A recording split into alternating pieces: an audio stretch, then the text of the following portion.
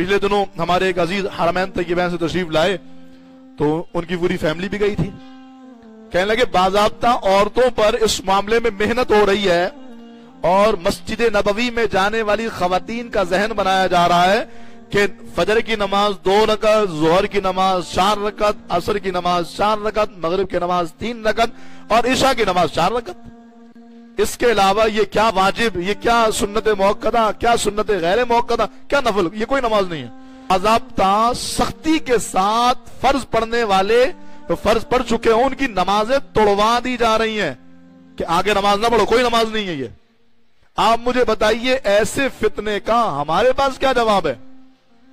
ایک بڑی تعداد ان صاحب کے بقول ایسی ہے ہماری خواتین کی جو وہاں جا کر ان عورتوں کی بات میں آ کے یہ جملہ کہتے سنائی دیتی، ہاں دیکھو یہی اصل دین ہے، ہمیں تو مولویوں نے بیوقوف بنایا ہے کہ 17 رکعت پڑھو گے تو عشاء کی نماز ہوگی.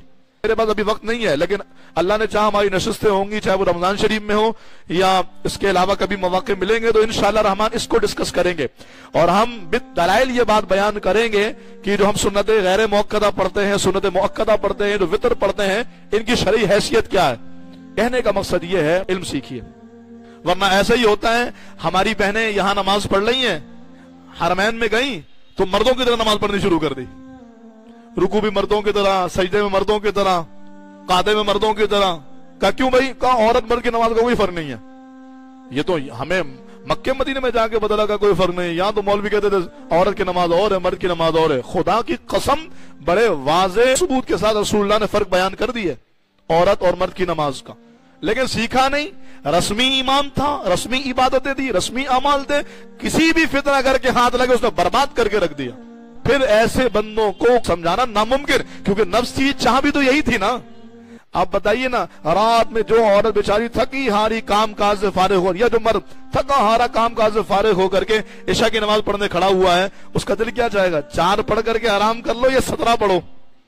پھر جو نفس کے مطابق جو بندہ بتا رہا ہے اس پر عمل بھی شروع ہو گیا اور اسی کو اپنا دین اور اسی کو ایمان سمجھ لیا، کیونکہ کبھی خود سے دین سیکھنے کی کوشش نہیں کی.